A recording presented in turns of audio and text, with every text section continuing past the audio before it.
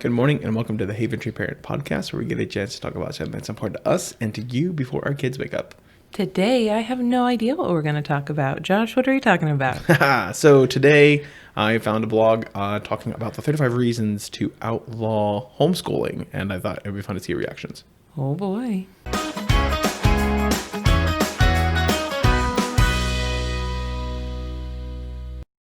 So, all right, like I said, today we're going to talk about the 35 reasons to outlaw homeschool. According to a homeschooling mom, she wrote this on True Aim, Blue Manor blogs, and has a bunch of other good information on there.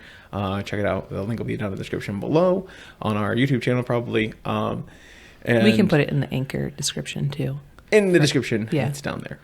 So check out their site, but we're going to talk about the 35 reasons that they came up with to outlaw homeschooling. And I can say I really enjoyed the sarcasm that she put forward, Okay. And the honesty and seriousness of it, because I think I don't know. There's definitely she had some nails in the coffin on some of the points, and I like it. So basically, your intent is to see how irritated you can make me with some of this? Yeah. Is that the point? I feel like we're both gonna be like ready to I don't know. I'm nervous. I should have brought a pillow to defend myself in case you started getting angry at me. So. Yeah. Well, I mean, thankfully, all of our irritation is verbal anger. So, Yeah, exactly. You're safe in that regard. But interesting. This Okay. is from 2016, 35 Reasons to Outlaw Homeschooling by Britnell. All right, so the first one is because nothing motivates children to learn like a standardized test. So the idea is homeschooling should be gotten rid of because nothing. You can't motivate them at home. Yeah. Oh, You need standardized tests. Yeah, that is definitely highly motivating. I mean, how many countries don't do standardized testing anymore because it's not actually effective, I don't know. right? And you can still do standardized tests for your kids if you are really curious to know like where they fall or what they're. Okay. We're only on one. I'm not going to talk about it. I'm not going to say a whole lot about it yet. Other than One's beginning to curl. there are a lot of countries in this world that don't have 103 standardized tests and are much more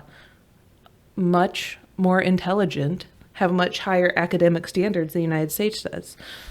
Quite frankly, how many weeks out of the school year are taken away because of the standardized tests and makeup days and whatever else in the school system? It's ridiculous. Sure. So, yeah, standardized testing, very motivational. All right, go ahead. Next one. I'm ready. I should probably give each one of these like a 40-second timer. Okay, and enough. God. Because if we just spend a little bit more money, public schools is bound to work. You said this was written in 2016, so Yeah. I imagine that point is even more provoking to people right now who, are having their kids be sent home for whatever at-home learning instead of learning in the school that we're paying taxes towards anyway. But. Right. All the controversy that's going on right now, that will surmount. Yeah. So, I mean, certainly, on the flip side of that, then you have these teachers that deserve to be paid a heck of a lot more than they are for the work that they do. So, but I don't think those two topics in many ways are separate from one another. That, yes, teachers deserve to be paid more to do the very hard job with more demands every year, but that's, I don't know. timer, 40 seconds. All right, the next reason to outlaw homeschooling is because ignorance is bliss. Probably not really much to say about that one, but yeah. All right, next was because we'll never have a level playing field as long as homeschoolers keep overachieving. And that's where the sarcasm starts kicking in, and I was like, this is a fun so this one's kind of an interesting thing though too, because in some ways I disagree. Like some homeschoolers are I've met a lot of like super brilliant homeschoolers, but like not all kids are homeschooled because they're super brilliant, Sure. So like I get the sarcasm and it makes me chuckle, but at the same time, I don't think it's if anything, it almost puts like unfair expectations on homeschoolers that like if you homeschool your kid, you better make sure they're more advanced than all their same age peers. And that's not really a fair Sure. stereotype to put on homeschoolers. Sure. Well, I would either, say it's not so- even just for homeschoolers. It's also for like private schoolers as Oh, well. yeah, Like, that's true. We had a kid join in 3rd grade, or he technically joined in 5th grade, but got Right. bumped back 2 grades because he didn't. We had, I assume our school had like a placement test, and Sure. he didn't hit Didn't those. pass, yeah. And so he like was supposed to be in 5th, and he's in 3rd grade, and so he's like towered above all these kids, and we're like, yeah. I don't know. And then I can think of like a girl that joined our private school, and she was barely in junior high and was taking math with like a lot of my classmates, and as like a sophomore or junior. Sure. With the like average math. I was always in the advanced math because that's my nerdness is in math and science. So of course I was always in the advanced math class. Move me up. Right. But, Overachiever. Yeah, I mean, she was like a 7th grader and like 3 or 4 grades ahead of where she was supposed to be because she was so good at math because she'd been homeschooled. All right, So timer. I mean, there is some truth to that, but I think like, I don't know. At the same point, I try to be cautious about assuming that all homeschoolers are going to be brilliant. So Sure. it goes both ways. Yeah.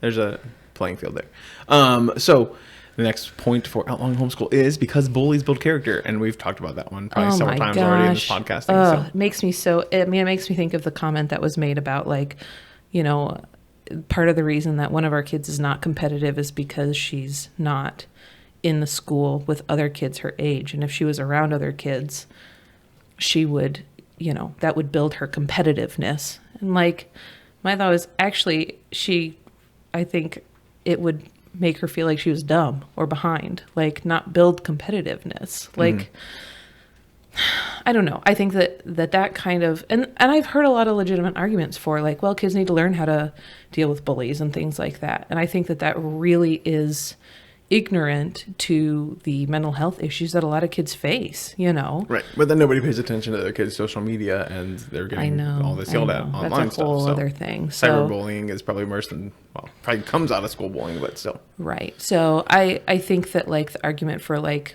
homeschool kids don't know how to deal with bullies and stuff like that is really ignorant of some of the dangers of mental health in teens today. So that's not a topic that we've talked real specifically about. Right. But I don't know. I have a soft place in my heart for teens. Sure. Being a teen is really hard, and Right. so I think that line of argument is really ignorant. So I appreciate that she's kind of including like that sarcasm of like, yeah, because bullies build character. Like, yeah. Timer. Moving on. Because homeschoolers aren't social. They have little interest in sex, drugs, and alcohol. Obviously, like I said, she really hit the sarcasm. Yeah, so. I mean, yeah, I'm not really. I think that an argument could be made the other way, that because they don't have exposure to that during school, if they're too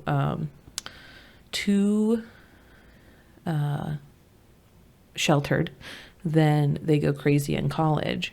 So I think that like, if you're homeschooling, you better make sure you're talking to your kids about that, Sure. You want to make sure there's an understanding there, not just that's just in the movies. It's the like, Hollywood just thing, don't so. do it. Like, Yeah. I mean, yes, that is important to like end with like, so don't do it. But like to talk about the risks and like, because they aren't going to see, I mean, if you homeschool in high school, they may not see, the teens in their class that are pregnant, or, Sure. The kids that, horrifically and tragically die driving home drunk from a party, Yeah. and those kinds of things are so far removed from them that they're not seeing the real risks of that. So certainly, it's important to kind of talk about that. In the news and media, and it's not involved. It doesn't have any real bearing to their life. So, certainly you have to kind of make that relevant for them. But that's because they're not social, because they don't have any interest in that. Okay. All right, moving on. Because who will authorize bathroom visits? Oh my gosh. That's so funny. And like also something that we saw with Jay for such a long time, where like she would ask to go to the bathroom. Oh yeah. all hours of the day. And it'd be like, she would seek me out. Like, I would be in a different room. She would be like down in the playroom, and she would like come up and be like, can I go potty? I'm like, duh. Yeah. Like, just, you don't have to tell me you're going to It was the like bathroom. the first year she went to school for like a full day, and she came home and she was like, can I go to the bathroom? Or like, yes. You're home. Just go. Like, so yeah. You know. Make sure you wash your hands, flush, do all the things. Right. All right, moving on. Because learning to sit down, shut up, and follow instructions is essential in any democratic society. Oof. That's rough. Yeah. Like I said, sit down, shut up, and follow instructions. Blood boiling responses. Yeah. Here, oof. so. I think that like, you know, if you want to look at a culture that their school system sets them up for being a follower, a good society, like we should really be taking notes from Japan. I think a lot of the stuff that they do in school that then translates into what you see in their culture and community is very cool. So yeah, but the sit down, shut up, and follow instructions, hopefully that's not something that, it sure as heck is not what I want to be teaching my kids. We'll say that. How about that? Fair enough. I'm sure there's lots more thoughts behind that one that we're just going to save for later. Yeah, we're going to keep moving forward. All right, so here's another fun one, like I said, for blood boiling sort of responses. Because, sure, George Washington, Benjamin Franklin, Abraham Lincoln were homeschooled, but just look at Clinton, Bush, and Obama. They all went to school. Probably Trump did too, now, since this is more recent. He has his own college, actually. So. Oh, well, then I don't know. I can't say that I know a lot about Trump's background, but it's not a partisan thing so much as it is, the recent presidents who have done good and less good. Yeah. I don't think that they can be compared to George Washington, Benjamin Franklin, and Abraham Lincoln, quite frankly.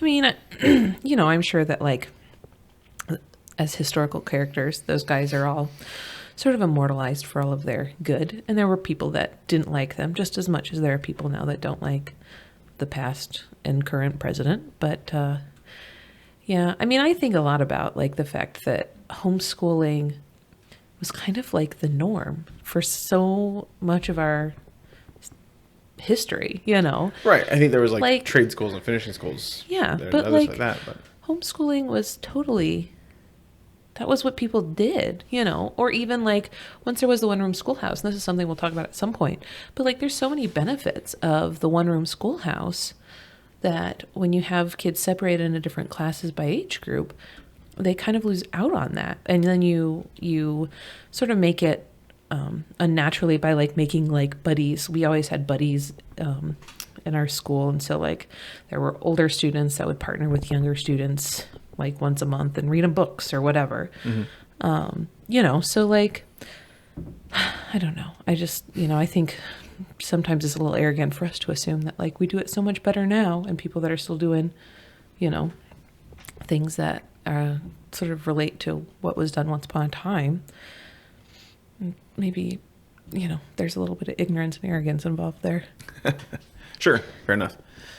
Because if students didn't spend all their time sitting in classes, practicing sports, and studying homework, their non-union parents might impact their lives in an unauthorized way.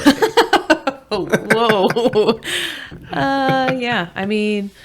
Yeah, there was a lot of, like I said, nails in the coffin. Yeah. I mean, I think that, and maybe she'll talk more about this, I don't know, but like that kind of like starts to become, a little bit like the countries that don't allow homeschooling, and that there's only public schooling available, and some of that. And that,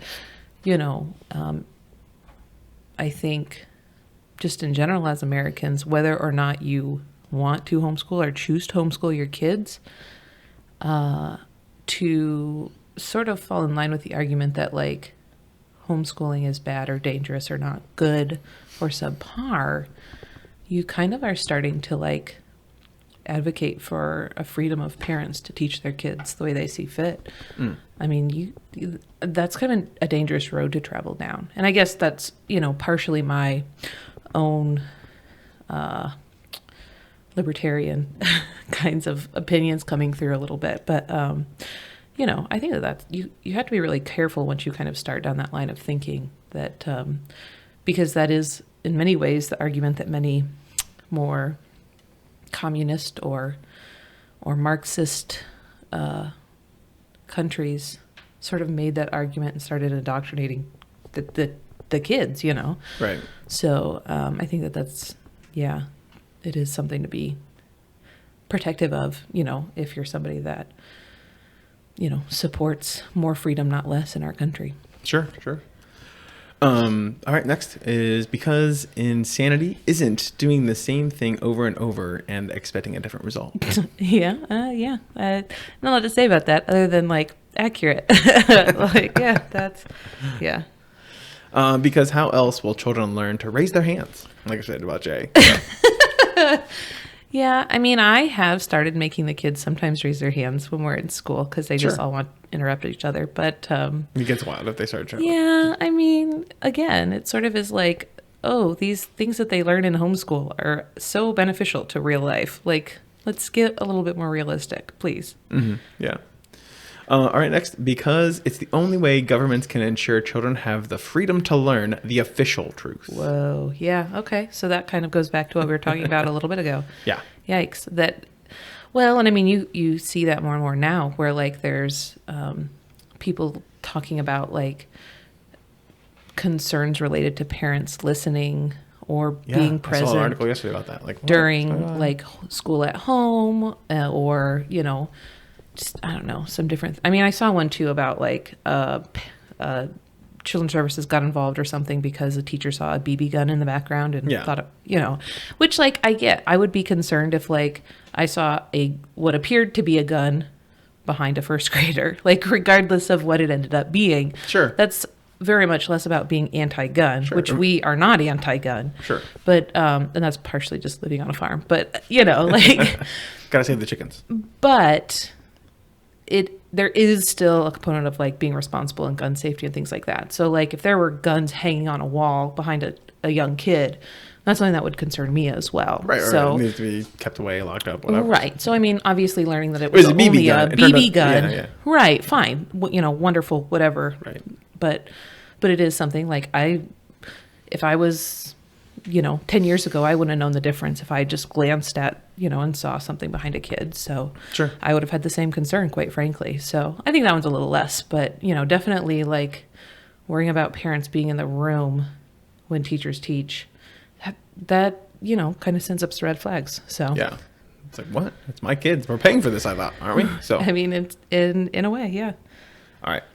Because government schools are doing such a great job. And obviously that's rightly in question right now. Oh, gosh. Yeah. I think I saw several guys in my dad's group yesterday posting about we're going to get the school month. If this feels like it's hammered out and it's running smoothly, then great. But I know I'm going to switch to homeschool curriculum probably middle of September if the schools aren't doing a good enough job. Yeah. So, which I mean, it's pressure on the schools and like I said, all those educators and teachers that are trying their best to do this hybrid thing. And I can't imagine, to not know all summer and then be okay, we're going to do this. Just kidding, we're going to do this. You have 3 weeks, put something together. And again, we've already established teachers aren't paid well enough, regardless. To have all the resources and options, Or even those that are in school and are having to try to figure out how to adjust and keep their kids safe and themselves safe. And I do not envy them. And they don't have the option to do anything else. And I tip my hat to, the amazing teachers out there because there are kids that still need that school environment and there are parents that rely on that so they can work. And, so certainly this is not really anti-public schools, which is kind of how it's coming across a little bit. But she may be more anti-public school, but I think just more a lot of these arguments different ways. I hear as a homeschooling mom constantly, even from family members. And so a little bit of sarcasm of hello. Yeah. Is well, nice. Like I said, this is 4 years. Nice. This is 4 years ago. So I mean, in the current light of the situation for everything, there's a lot of grace and change for what's happening now. So, because is learning to read really that important? Ooh, yeah. I mean, I assume that's kind of probably a specific. Yeah, scenario. that's probably a nudge towards the literacy issues in public schools. Sure. Which, in a lot of schools are pretty dramatic. And the amount of kids that get pushed on to the next grade and still can't read well is kind of concerning, Yeah. So, I mean, I assume that that's what she's referring to, but Right. Yeah. There's not any Yeah. notes like this is why I said this one. So yeah. all right, we'll move on. Because nothing helps children grow into immature adults like spending all their time with immature children their own age. We've talked about this, yeah. That like our kids, I feel like in many ways are better equipped to deal with the world around them because they interact with the real world around them Right. They now go with us to do things. rather than being shut in a schoolroom all day. Sure. And like Yeah. you said about the one house schoolroom where, Yeah, yeah. or the one room schoolhouse, whatever it was, however that's worded, where like they get to see all the age groups and learn across the Yeah. board. And if something's interesting to you, you can learn from one of the older students. Definitely. Very cool. So, yeah. Yeah, yeah. Again, like, hello. Yeah. There's benefits. Because science is believing, bang, everything came from nothing, and poof, man crawled out of a mud puddle. So I assume that this person must be religious. Yes. Yes. Which is fine. But again, like, if nothing else, it kind of comes back to the idea of like knowing what's being taught in the school, because Right. there are a lot of non-religious people that may disagree with some of the things that are taught in school, whether that's related to science or creation or whatever. And there are some Christians that, believe in the Big Bang. So, I mean, I guess it kind of goes both ways in that. But yeah, I mean, if nothing else, it kind of again points to like knowing what's being taught, and that there are theories and opinions being taught in addition to 2 + 2. Right. Yeah. Makes sense. Because a student-teacher ratio of 30-1 isn't crowded. It's cozy. Yeah. Yikes. And that's why the reading level is so great. Yikes. Yeah. And again, why I say like, man, teachers have a job that I do not envy. Right. They Like I are said, amazing. if there was more than 10 kids you're trying to learn, I think I'd be like, amazing stressed out. superhero, super people that do not get paid enough for what it is that they do. And they, have my greatest thanks for the role that they play. But yeah, it's ridiculous is what it is. It's not crowded or cozy. It's ridiculous. Right. Yeah. Because no one can tie childhood obesity to school lunches in 7 hours of sitting. Yeah. I mean, yeah, that's funny. Accurate. I know that Like I said, this is tried. 2016, so that was before the whole like they've Obama tried lunch to do or whatever that was. better. Yeah, So. it would probably be right in the middle of that reform. But like even then, there's so many issues with that, and like at the same time, a lot of kids that's their only meal, and they're relying on Right. that. Exactly. But yeah, I mean, sitting for 7 hours, it's not great for adults either. Like it's yeah. Yeah, it's not great for adults or kids, I don't think, This is to be true. sitting for 7 hours. Because if the government has to force you to do something, you just know it's for your own good. Oh, gosh.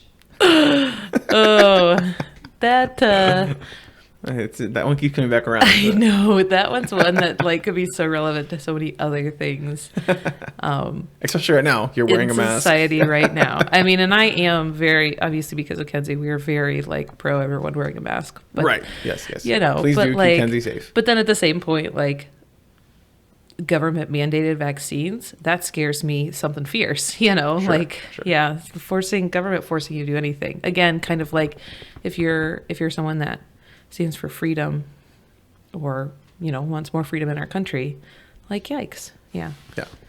Because Common Core is going to cure everything ailing our schools. Oh, gosh. Yeah. Yeah. I mean, you see so much about, like, the criticism of Common Core right now. Sure. Yeah. Yikes. Because teachers have to eat too. And regardless, they can't on what they're making right now. So, like, or they had to choose between eating and paying their bills. Like, Right. Or getting school supplies. Yeah. I mean, there's always going to be, regardless of homeschooling, there's always going to be the need for teachers. Like, Sure. So if someone's using that as the argument to not homeschool, like, again, you're just being ignorant. Right. Like, teachers would be better off having appropriate student to teacher ratios. They would be able to be more successful, or the students would be more successful. So, like, the idea of, like, that being a reason not to homeschool is just stupid. Sure. Because teacher unions were created to help kids learn better. Yeah. Yeah, see, again, I think he's being a little bit aggressive with a couple of these. Well, yeah, no, there definitely are. I mean, there was some there at the beginning where it was like, Yeah. But yeah, I mean, teacher unions were created to protect teachers who need to be protected because the school system is a mess. yeah. But yeah. Yeah. Because God commands schools, not parents, to raise their children in the Lord, right? Oh, okay. So this is something we talked about a little bit too, where, some parents kind of tend to pass off their responsibility to educate their kids. Mm-hmm. And really, parents, regardless of whether it's academic or beliefs or, political views or whatever, parents should be the first source of that information. Right. Well, like we said last week, your kids are always watching you, learning Yeah. from you, doing what you're going to do, and they want to be the mini you, basically. So. Yeah. So, I mean, it is dangerous to kind of assume, like, it's dangerous for parents and for community to assume that job primarily falls in the hands of the school rather than the parents. That's Certainly. really shirking the responsibility of parents. Yeah, it looks like we're going to do a few more Bible-related ones. Hey. Because Bibles are overrated anyway. Okay. Yeah, I mean, yeah. Quite frankly, I don't have a problem with there being a separation between religion and schools. I have not been in a public school ever in my life, so I know that I've heard and read lots about, like, the fact that some teachers will provide some education on, like, the theories of other religions and are very much anti-Christianity in particular. But I think that I have to be cautious of how bent out of shape I get about that because I've not seen it personally. And usually the people that I hear that from are people that believe similarly to me. So, Sure. So I don't know how much of that is accurate versus, an exaggeration or something. But yeah, I mean, again, if that's something that you think is important to include, you need to be the one including it. Yeah. All right. Here's another fun one. Because more adults can join the rat race when government provides free babysitting. Okay. And that's a part of the large part of the conversation right now. Like, you want babysitters. Yeah. I mean, it is, like, again, it's a reason that public schools and forcing, distance learning for entire communities is problematic, because there are people that need to work in order to feed their families. And by keeping them home, then there is big problems there. So, but yeah, I mean, at the same point, there are certainly people that kind of rely on that as, babysitting at the same time. I mean, it's, Even though we complained about it, I think a few podcasts ago where we had to wait for the bus and we're like, right. we scheduled everything about when the bus got there and when the bus left. So we're like following the clock, Right. So it reminded me of having a TV show that came on at a certain time. Like, I gotta get home. I gotta watch my show. Right. We gotta get home. Now that's not a problem anymore. I just watch when I want to watch. Yeah. So, all right. Because school is the only way to teach children where babies come from. Oh my gosh, that's amazing. I mean, But I mean, some of our friends totally agree with that. Let's not call anybody out today, Josh. Sorry. Yikes. Somebody that we know might think that. There are some friends that feel that way. But I've already said, I'm happy to educate all of my friends' kids. So you can just have like a group, like sex ed course in our house a few nights a week or something. I don't know. Oh, No, I mean, like, let's be honest, though. There are some schools that do a terrible job providing sex ed. I mean, they do a terrible job, whether that's like, here's some condoms, or don't have sex, you will die. Or, I mean, there's such like a wide variety of bad sex ed out there. Sure. Like across the board. It's just like schools are not doing a good job in most scenarios, which is part of the reason that like it was exciting for me as a nurse to be invited to go into schools and talk to them and just talk about like the health, like not about like good, bad, or otherwise. Like, these are risks. If you get pregnant when you're 15, these are risks, like to your health, to your life, So yeah, I mean, yeah, but there's a lot of schools that do that really bad. Fair enough. Because irresponsible parents can't be trusted to give their children free condoms and birth control. Again, there's a lot of public Yeah. schools that do it really bad. There's a lot of public schools that don't just hand out free condoms and birth control. So that's a little bit Controversial, for sure. pointed. Yes. Unfairly pointed. Yes, But sure. also, like, yeah, I don't know. I mean, We can move on. quite frankly, as a nurse, my opinion is, like, if kids are going to be having sex, they need to have condoms and birth control, but like, or access to it somehow. But that's a little different than like just passing them out at the nurse's office like Tic Tacs. Fair enough. Because when Russia, China, and North Korea have school, it's indoctrination. But when we do it, it's education. There we go. Yeah, that's what I was kind of talking about. Yeah. Yeah, you know.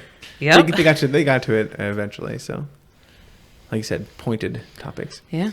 Because government bureaucrats care more about our children than we do. Of course. Yes. That's why they've done such a great job at organizing this whole mess right Yes, now. So. of course. Again, like, yeah, it just, there's so many times where like politicians are choosing or making decisions about things that are not political in Sure. nature, you know, like doctors and scientists and researchers should be the ones making decisions and guidance regarding disease transmission, not lawmakers or Sure. I mean, it's just ridiculous. Right. And the same is true of education. You know, I don't want someone who's trained in law to be making decisions about education. Like, that's not, so I would rather a kindergarten teacher be making those decisions. Right. But I think then there's such like a dynamic of like whose opinion is worth more, like a politician that's like done all these things and has all this recognition and has been voted for, or like a kindergarten teacher. Like, quite frankly, I trust her influence to know the kids, the right. students. I trust Yeah. her decisions more, but like the politician is, you know, been so elevated. It's really kind of sad and messed up in our country. Sure. Because gangsters, potheads, goths, sluts, jocks, nerds, and class clowns aren't socially awkward. I was like, where is this going?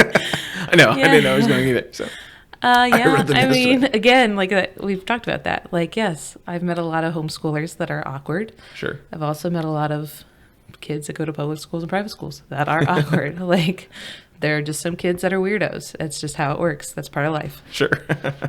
And I think we usually have rated all of our shows like kid friendly. This one's probably going to get the like not kid friendly mark on this one. Like, So. there's a couple of questionable bits. Yeah. Because nothing prepares a child for the real world like being excluded from it. Yeah. I mean, that goes back to like the sitting in a classroom. Right. Yeah. Like, yeah, keeping your kid away from the real world for, 13 years of life. Yeah, that's not really a great preparation for the real world. We're going to get into the two fun ones here in a second. Oh, boy. Because medicated children are happy children. Oh boy, that's a whole ball of wax. Yeah. Yeah. My favorite movie, Equilibrium. Good times. Yeah, I mean, that's a whole topic that we could spend several podcasts talking about. Sure. Certainly in the school, there are kids that need to be medicated. We've talked about the fact that one of our kids would likely need to be medicated in the school. And that's part of the reason that we don't send them, because we are able to provide accommodations at home that wouldn't be feasible in the school. Sure. Right. That part takes us to the next question, really. Because parents see energy while teachers know it's really ADHD. Yeah. I I mean, was just going to ask it because it ties it right in. So. Yeah. I mean, and that is, we avoid like that label because even though it's likely very accurate, and in certain cases, labels are beneficial to help get the appropriate resources or support. Right. Sorry, we can't have that unless you have a diagnosis. So, Right. Okay, fine. We'll right. get the paper that says so it. we're not anti-diagnosis. But, in our circumstances as they are right now, we have the ability to provide, as I said, other interventions without needing a label and without needing medication. And we may get to a point where medication is needed, where it impacts that kid's ability to interact with peers in a socially appropriate way, or whatever. But yeah, I mean, I'm thankful that we are able to keep them home and not medicate them, even though I'm also thankful that medication is available for kids that need to be in school. So certainly. And I mean, that's what I think I'm the biggest proponent for, like pushing against like trying to medicate. You are very anti-medication. And that's just because of my in-depth history on the whole subject. We don't have time for that one. Yeah, we can move on. Next, because great leaders like Hitler, Marx, and Stalin all agree that homeschooling is really bad. Yeah. I mean, we've kind of like nailed that one. Yeah, but that's I think funny. This whole build-up was to basically call that out. So yeah. I mean, that's. Yeah, I appreciate these. This is fun. This is fun. Hopefully, everybody that's listening enjoyed that and didn't run away from this conversation. Yeah, so I mean, it's a little rough. I think with all of these, it's important to take it with a grain of salt. Like my guess would be this is someone that is sick and tired of hearing some of these ridiculous, for sure. This is well seasoned, ridiculous arguments that are anti-homeschooling, because there are, and and we've said it before too. There are anti-homeschooling comments that just have me get hot and angry and I know, I'm surprised you didn't get angry at all. You just sort of like rolling it off your skin. So want to fight somebody. So I think that a big part of where this parent is coming from is probably like just being like, has had it up to, wherever with hearing that kind of nonsense, and like sort of saying like, if you're going to continue to like come at me with this anti-homeschooling nonsense, here's some nonsense for you, and I think that that's healthy and kind of encouraging every once in a while to just like feel heard and understood. Right. And, like, at the beginning they said, I made this list to help out with some of your more finer criticisms. Yeah. So in that context, I think very, very appropriate, very well done, very entertaining. All right. So subscribe, follow, like, share this if you want other people to get boiled like we are. And we'll see you on the next adventure. Bye.